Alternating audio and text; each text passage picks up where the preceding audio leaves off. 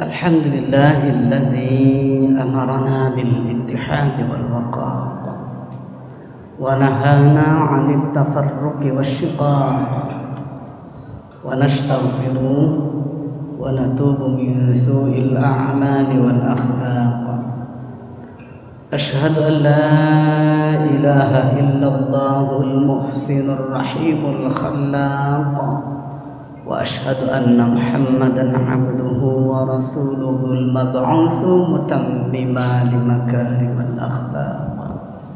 اللهم صل وسلم على أفضل الخلق والإطلاق وعلى آله وأصحابه إلى يوم التلاق. أما بعد، قال الله تعالى في كتابه الكريم: أعوذ بالله من الشيطان الرجيم. يا أيها الذين آمنوا اتقوا الله حق تقاته ولا تموتن إلا وأنتم مسلمون. وقال أيضا: يا أيها الذين آمنوا كتب عليكم الصيام كما كتب على الذين من قبلكم لعلكم تتقون. Sadaqallahul azim. Ma'asyiral muslimin, sedang jamaah salat isya dan tarawih. Insyaallah nanti kita tuntaskan dengan salat witir yang dimuliakan oleh Allah Subhanahu wa taala. Alhamdulillah, kita panjatkan kehadirat Allah Subhanahu wa taala. Kalimat thayyibah ini, kalimat hamdalah ini sebagai ungkapan rasa syukur kita atas segala nikmat yang diberikan Allah kepada kita, yang tentu kalau kita menghitungnya kita tidak akan mampu, apalagi merincinya satu-satu, tidak akan mampu. Tapi yang jelas para jamaah sekalian yang dimuliakan Allah, segala apa yang kita butuhkan dipenuhi oleh Allah Subhanahu wa taala. Termasuk diantaranya kita dipertemukan oleh Allah Subhanahu wa taala dengan bulan Ramadan tahun ini. Kita diperkenankan oleh Allah Subhanahu wa taala untuk bisa menjalankan ibadah puasa dan ibadah-ibadah lainnya di bulan Ramadan ini. Ini kebutuhan kita. Kenapa? Karena Allah masih memberikan kesempatan kepada kita untuk bisa meningkatkan takwa. Makanya jangan kamu mati, kata Allah, kecuali dalam keadaan sudah bertakwa kepada Allah Subhanahu wa taala. Puasa ini salah satu jalan untuk kita meningkatkan ketakwaan kepada Allah Subhanahu wa taala. Nah, oleh karena itu jamaah sekalian yang dimuliakan Allah, maka kita wajib bersyukuri. Bersyukur bagaimana? Tidak cukup hanya dengan hamdalah saja di lisan dan bibir kita, tidak cukup. Imam Al-Maraghi menegaskan bahwa syukur itu harus ditetapkan di dalam hati, yakni betul-betul mengakui bahwa nikmat-nikmat itu betul-betul pemberian dari Allah Subhanahu wa taala. Pak, Bu, ibarat kita diberikan sesuatu oleh seseorang, antara sesuatu itu yang kita merasa biasa-biasa saja dan sesuatu itu sangat berharga bagi kita, maka tentu ekspresi penerimaan kita terhadap sesuatu itu akan berbeda. Kita dapat BLT misalnya. Kalau ini biasanya yang terima siapa? Ibu-ibu biasanya. BLT 300.000. Senang.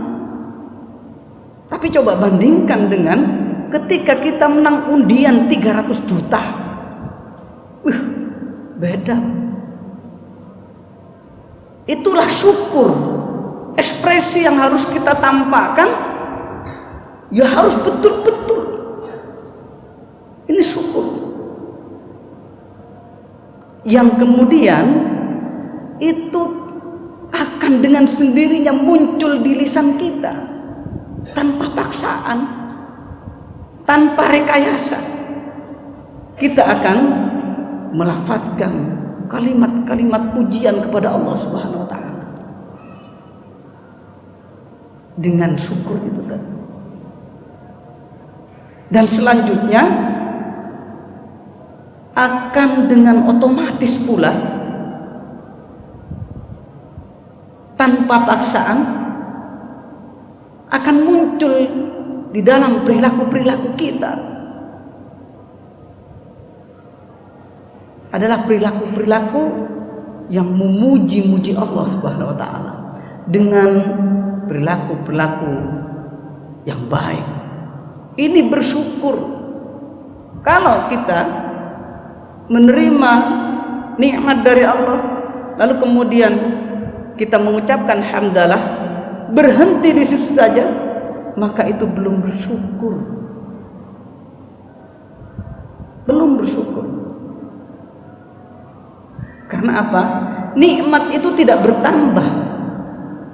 Padahal kata Allah konsepnya, wa id ta'adzana rabbukum la in syakartum la azidannakum.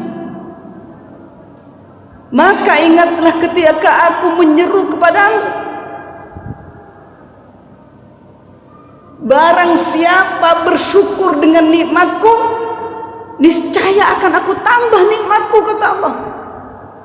Lalu bagaimana cara bertambah nikmat ini ketika kita bersyukur? Sangat ilmiah para bapak, para ibu, sangat ilmiah. Masih menurut Imam Al-Maraghi ketika beliau menjelaskan tentang syukur, kemudian mengilustrasikan seorang petani yang menerima satu butir padi, seolah-olah tidak berharga, tapi bagi petani ini sangat berharga.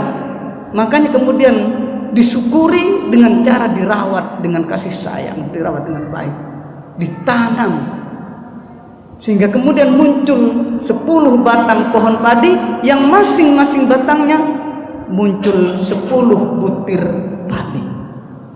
Satu butir jadi berapa? Jadi 100 butir padi. Ini bersyukur. Sangat ilmiah. Coba seandainya tidak bersyukur lalu kemudian diabaikan begitu saja, tidak dirawat,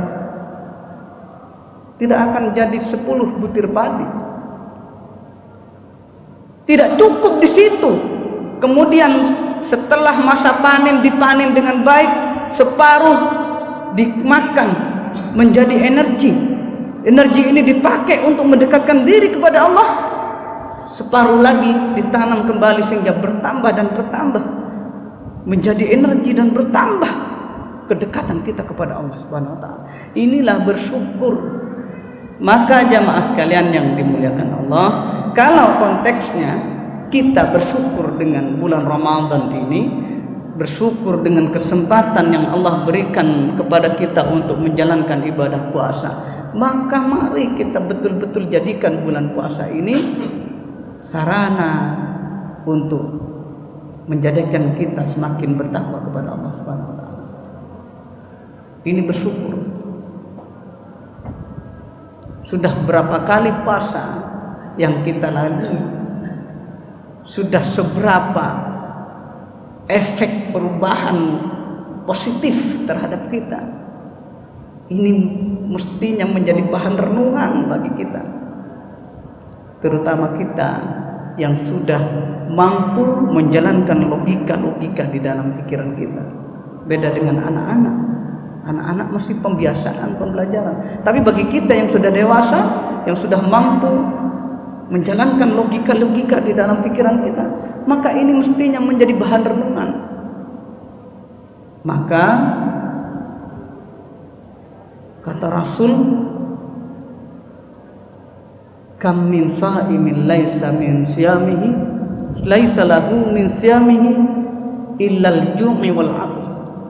Berapa banyak orang yang melakukan puasa tidak mendapatkan apa-apa dari puasanya kecuali lapar dan dahaga saja. Tidak ada perubahan di dalam dirinya. Menggebu-gebu ketika bulan Ramadan, tapi selewat bulan Ramadan, maka kebiasaan-kebiasaan buruk yang lama kembali dilanjutkan. Ini tidak ada efek apa-apa.